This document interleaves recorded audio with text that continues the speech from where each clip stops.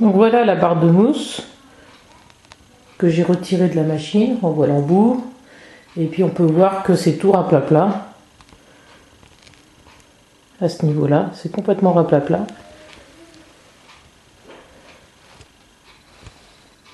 Elle est vraiment bien usée. Alors ce que je vais faire, c'est que je vais enlever la couche ici. Avec un tournevis, je vais tout enlever. Bien nettoyer avec du West Spirit ou de l'alcool, de façon à décoller toute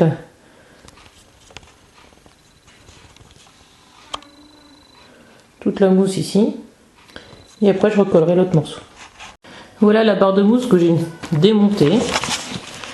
On reconnaît bien l'embout blanc ici. Et tout le reste, la mousse, la barre de mousse, on voit qu'elle est vraiment toute détruite. Elle est toute raplapla. À ce niveau-là, on voit qu'il y a vraiment, normalement ça doit être épais comme ça. C'est tout détruit. Tout désagrégé, ce qui est normal, c'est l'usure classique et normale. Donc l'embout blanc, le bout. Ce que je vais faire, alors, je vais essayer de poser la caméra pour que ce soit plus visible, comme ça. Je vais décoller le petit fil et je vais enlever toute la mousse ici. Je l'enlève, je peaufine après avec mon tournevis.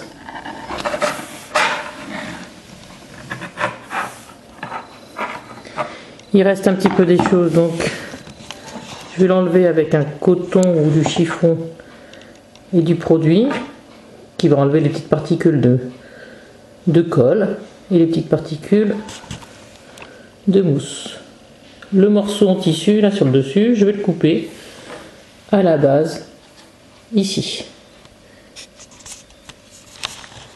Alors j'ai nettoyé la barre de mousse, j'ai enlevé toutes les particules de colle, de mousse avec l'alcool à brûler et mon chiffon. Donc tout est nickel. C'est tout doux jusqu'au bout. Il n'y a vraiment plus rien du tout.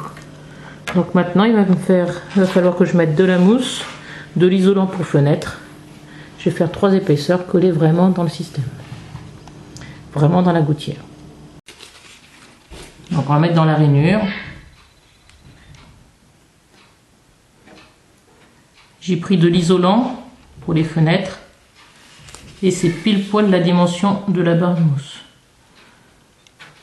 Donc on met bien la première couche est facile parce que c'est dans la rainure.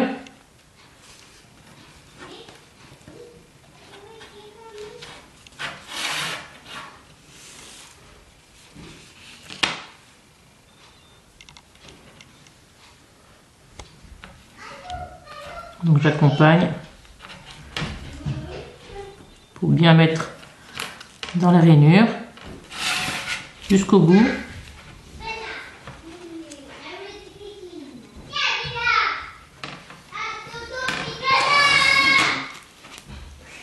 Voilà la barre de mousse, la plaque. Donc j'ai mis une épaisseur qu'on a filmé tout à l'heure, une deuxième épaisseur, je vais mettre une troisième épaisseur. On voit déjà que ça fait une différence. Une troisième épaisseur. Et après, une fois que j'aurai mis mes 3 épaisseurs, je vais fermer ici avec du scotch très solide et je vais arrêter comme ça. Et comme ça, ma barre de mousse sera nickel, sera toute neuve. Donc voilà, je viens de mettre la 3e couche d'isolant. On voit bien la différence, la pointe ici, l'épaisseur.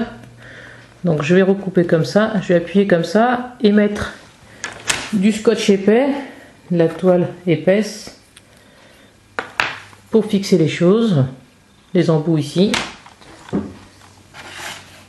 et de l'autre côté ici également. Et après je vais remettre ma barre de mousse toute neuve, enfin presque, je vais la remettre dans la machine à tricoter.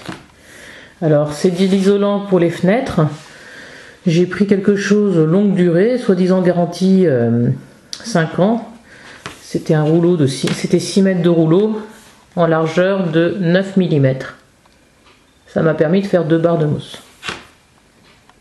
Alors je vais fixer, scotcher le bout ici.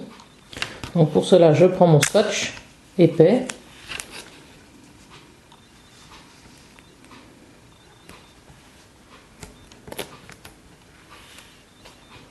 Je pince bien.